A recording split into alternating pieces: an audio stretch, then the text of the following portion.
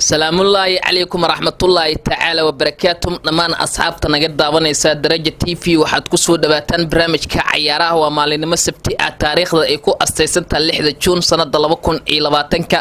qodobada aan soo qaadan doono waxaa qayb ka noqon doonta naadiga Dayma Same oo shalay 10 lama iloowaan ah u dhigtay kooxda kubadda cagta ee walaalaha ee Serbida ka tirsan magaalada Jowhar kadib markii ay booqdeen deegaanka Dayma Same waxaan kaloon eegi doonaa naadiga Barcelona oo daneynaysa soo qaadashada Merlo Pjanic iyo Lautaro Martinez kooxda kubadda cagta ee Chelsea oo doonaysa in ay soo qaadato laacibka Timo Werner wararkii ugu dambeeyay ee dhaqdhaqaaqa suuqa kale iibsiga waxyaabihii wargeysada iyo wakaaladaha caalamka ka diiwaan galiyeen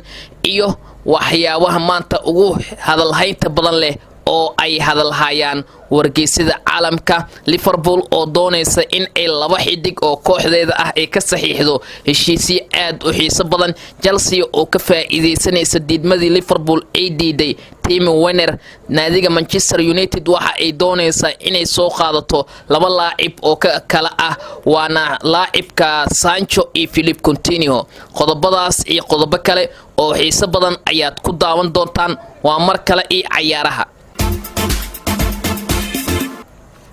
aan ka horeynay naadiga Dayma Same ayaa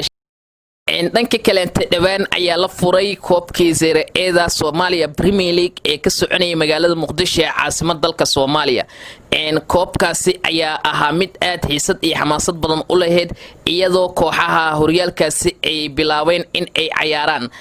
waxaa horyaalkaasi difaacanaysa naadiga Janyo Horseed iyo Banaadir Sports Club kooxahaas oo inta badan soo bandhiga qaab ciyaareed aad u sareeya iyagoona falsafada ciyaarta ka dhiga mid aan caadi ahayn naadiyada heerka koowaad ee Soomaaliya Premier League ayaana ah kooxa inta badan ku baashaal horyaalka iyadoo ay sidoo kale ay jiraan ciyaaryahano ajaanib ah oo ka tirsan wadamada Ghana, Gabon, Uganda iyo Ethiopia ay ka ciyaaraan horyaalka Soomaaliya Premier League ayna tahay horumar aad u balaaran oo ka soconaya Soomaaliya Premier League sidoo kale inta waxa soo gabagaboway ismihii Stadio Muqdisho halkaas oo ahaa garoonka ugu weyn qaaradda Afrika iyadoo wasaaradda dhalinyarada iyo isboortiga ay gacan weyn ka geysatay sidii uu hirgali lahay ismaha garoonka Stadio Muqdisho halkaas oo la soo gabagabay oo la soo dhisay qaybaha dawaalka orodka halka kubadda lagu ciyaaro iyo sidoo kale inta basketball iyo kubadda handball loo yaqaano iyo dhammaanba taageerayaasha halkii ay fadhiisan lahaayeen sidaad u jeedaan muuqaalkan waa Stadio Muqdisho oo bilicdiisii ay aad u soo noqotay iyadoo sidoo kale intana ay wararka sheegayaan in uu martigelin doono koobabka kala duwan ee ka dhici doona gudaha magaalada madaxda Muqdisho ee caasimadda dalka Soomaaliya oo ka mid yahay maamul goboleedyada degmooyinka iyo horyaalada kala duwan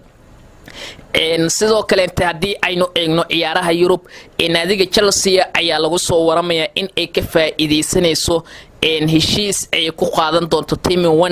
Werner ayaa la shaaciyay in uu iskaga hartay naadiga Liverpool oo xidigaasi doonaysay laakiin wararka ayaa waxa ay sheegayaan in naadiga Chelsea Roman Abramovich uu ogolaaday in uu bixiyo aduun lacageed oo aad u qaalisan oo ku doonay in uu la soo saxiixdo xidigan Timo Werner ayaa ka mid ah laacibiinta aad ugu qaalisan naadiga Chelsea-na waxay doonaysaa inay xidigaasi ay la soo saxiixato iyadoo doonaysa inay fasaxdo William Petro iyo Olivier Giroud oo ay ka heli karto 48.5 milyan oo euro ah hadii xidigahaasi ay ka tagaan naadiga kooxda kubadda cagta ee Chelsea ayaana hadda la sheegaya in ay ku dhowdahay in ay la soo saxiixato laacibkaasi kadib saxiixii Hakim Ziyech oo la sameysay iyadoona xagaaga dambe ay soo qaadan doonto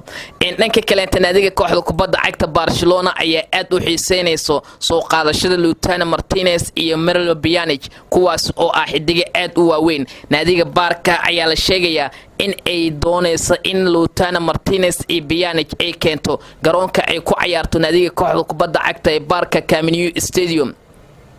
wareetyada qaar ayaa sheegaya in Barcelona ay qarka u saarantahay inay hesho laacibiintaasi iyadoo sidoo kale inta doonaysa in ay fasaxdo ciyaaryahano kala duwan oo ku sugan kooxda kubadda cagta Barca uu ka mid yahay Philippe Coutinho, Ousmane Dembele, Inacio Semedo kuwaas oo inta badan la hadalhayo dhanka kale naadiga Liverpool ayaa heshiis cusub ka saxiixayso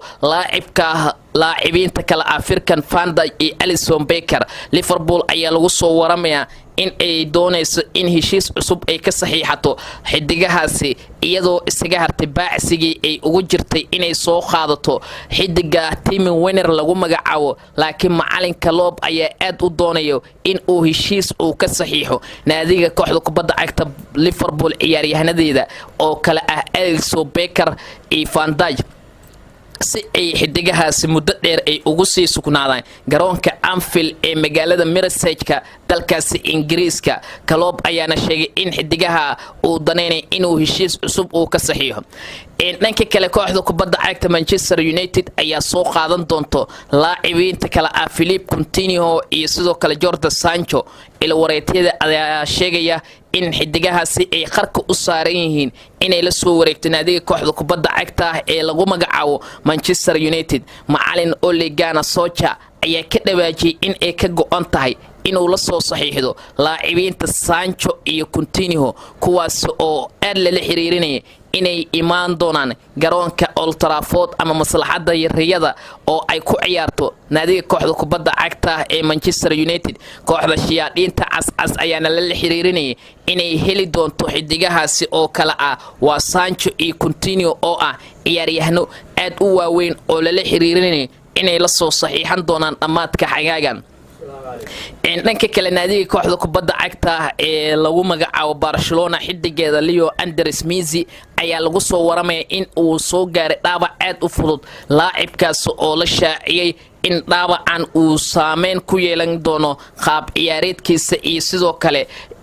falsafada iyo sida uu kubadda u awoorayo. xidigan ayaa seegi doono 2 kulan oo aad u waaweyn waana Mallorca iyo kulan kale oo aad u xiisad badan leh. wareetyada ayaa waxay sheegayaan in Messi uu dhaawacaasi uu saameyn ku yeelan karo naadiga kooxda kubadda cagta ee lagu magacaabo Barcelona. geeska kale Barcelona ayaa wada hadal la furayso xidigan Lionel Messi oo ay ku doonayso inay kaga saxiixdo heshiis cusub oo ay ku doonayso inay ku sii hayso laacibkan garoonka ay ku ciyaarto naadiga Barca. xidigan ayaana inta badan la hadalhay in uu xagaaga dambe beeca xurta ah ugu dhaqaaqi karo.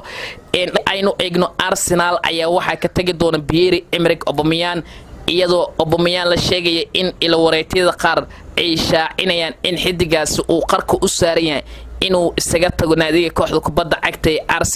Arsenal ayaana la daaladhacayso sidii ay ku heli lahayd bedelka Aubameyang kaasoo ah ciyaaryahan aad qaali u ah. ugu dambeyntii haddii aynu eegno naadiga kooxda kubadda cagta ee PSG ayaa isku dayi doonto inay haysato laacibkeeda Neymar kaasoo wararka ay sheegayaan in maalmihii u dambeeyay laga yaabo inuu ka tago naadiga kooxda kubadda cagta ee PSG. laakiin wareetyada ayaa shaaca ka qaadaya in naadiga PSG ay danaynayso inay sii haysato xidigaasi ayna ku celiso garoonka ay ku ciyaarto naadiga kooxda kubadda cagta ee PSG. fadlan haddii aad ku cusubtahay channelkan gambalalka furo like deh share commentiga waa xaqiina barnaamijkii ciyaaraha waa naga intaas waa Catoshiro idil sidaas iyo nabadgelyo sports hormar leh.